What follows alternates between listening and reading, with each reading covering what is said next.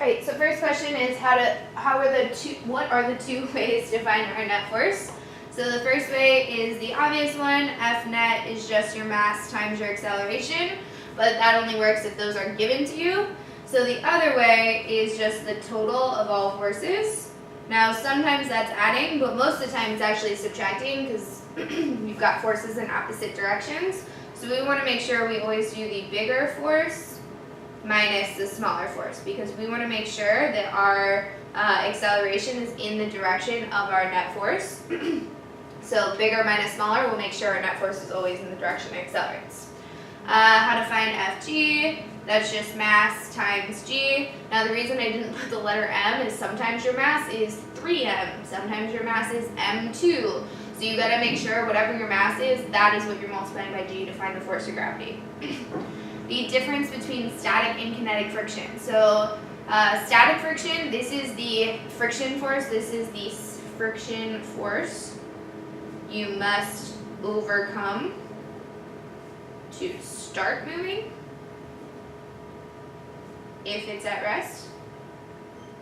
Kinetic friction is the friction force while it's already moving.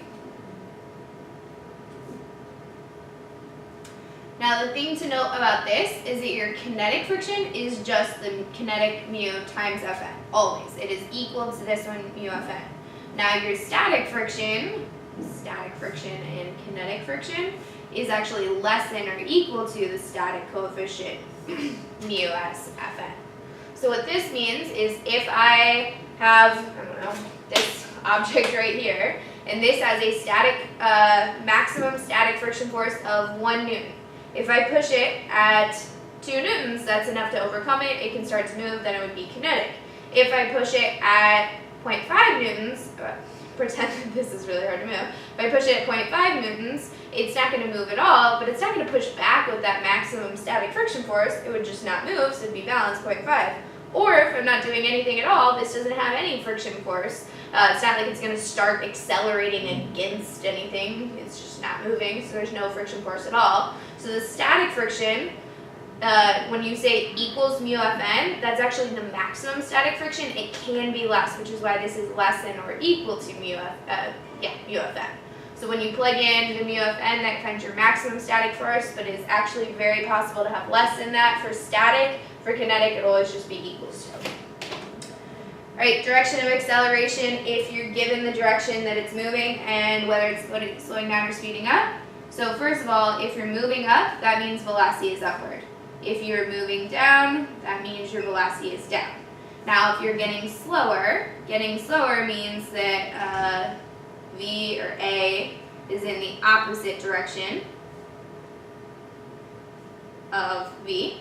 And if you're speeding up or getting faster, that means that a is in the same direction of v. As v, same direction of v, as v, doesn't matter. If it's speeding up, same direction. If it's slowing down, a is against your velocity, and what the velocity direction is just which way it's moving, up or down. Newton's third law. So the formal is like every action has an equal and opposite reaction force. The way I think about it and the way that's going to be most helpful to you is that the magnitude of the force of A on B has to be equal to the force of B on A, no matter what. Doesn't matter if it's accelerating, doesn't matter if it's rest, doesn't matter if it's constant velocity. What this is not saying is that you always get balanced forces. That is absolutely not what's happening at all. What I'm saying is I have two objects. The force of this object on this object has to be the same as this object on this object, no matter what is happening. So I always say A and B because it's obvious. If I have two boxes A and B, however much one pushes the other is how much the other pushes the first one. So if I have my finger pushing this marker, right? My finger is pushing the marker. That's going to be equal to how much the marker is pushing back against my finger. That does not mean that the marker can't accelerate. That does not mean that my applied force is equal to the friction force. No, that just means that the force between me and my marker is the force between the marker and me. Okay, hopefully that made sense. Easiest is like, are you talking about the same two objects? This force equals this force. It's just magnitude equal, it's technically opposite direction. If an object is at rest, what do we know about the forces? They are balanced. Your net force is going to be 0 because your acceleration is 0, so the forces have to be balanced. And if it's moving at a constant velocity, also net force is 0, so the forces have to be balanced. Will be the same free body diagram if it's at rest or if it's at constant velocity, it doesn't matter. Number 1, we are on a frictionless surface. We have this, it got faded, but we have this applied force of 36 newtons applied to box X. And I want to know the force of y on x. So the force of this box on this box, so I'm going to call this F box, the force between the boxes. So I'm looking for what F box is. So a lot of people said 36 newtons because they're like equal and opposite. No, if I had asked, so this is the force of the applied force on the box. Let's say that was like a hand pushing it. Then 36 would be the force of box X on the hand. But the hand on the box is not equal to this box on this box. That's two separate pairs, so you can't use that. So we're going to draw our free body diagrams. X obviously feels this 36, and then this is X, this is Y, and then they both feel the force of the box between them. So Y feels box S pushing it to the right, so this is going to call F box, and box X feels Y pushing it back against it. And then, yes, it has gravity and normal, but I actually don't need them right now, so write your net force equation.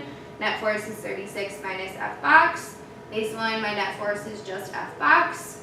Net force is mass times acceleration. Y's mass is 20, so this is 20A equals F box. And this guy is 4A equals 36 minus F box. I'm looking for F box, but that means, right, I need to have A first. Let's substitute this in. That would be 4A is 36 minus 20A. 24A is 36, divide over, you get 1.5. Now people go, I'm getting 1.5, and then they start circling. That's my acceleration. What I asked for was the force of box Y on box X, so I want F box. So I just go back, F box is 20A, so that's 20 times 1.5, which gives me 30.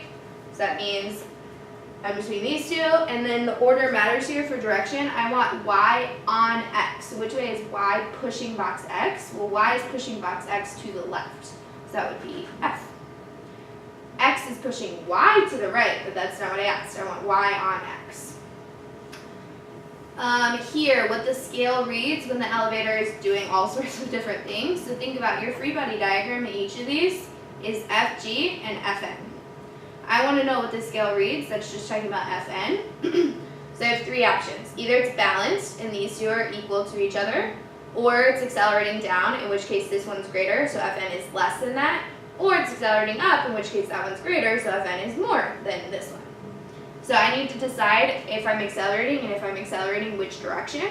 So here, if I'm moving up, that's velocity up. Decreasing speed means getting slower, so that's acceleration down. Moving down with decreasing speed would be opposite acceleration, because that's getting slower, so A is up. Moving up, velocity is up, increasing speed is getting faster, same direction. Moving down is velocity down, and increasing speed is getting faster, so same direction. Constant speed, so yes, my velocity is up, here it's down, but it's at a constant speed, which means acceleration is 0. These ones are easy because a constant speed means balanced forces. So for both of these. So if I look at my free body diagram, well, I want to know what's true about Fn. Well, it has to be balanced with Fg, so Fn has to be equal to mg. So that's B for both of these. Now let's think about what happens when I accelerate down. When I accelerate down, that means Fg is greater, Fn is smaller, so then the scale Fn would be less than mg. So that would be between 0 and mg. Less than mg, but not a negative value. So between 0 and mg, so that is A. If I accelerate up, if I'm accelerating up, Fg would now be the smaller one, Fn would be greater. So we would say that Fn is more than Fg, or greater than mg.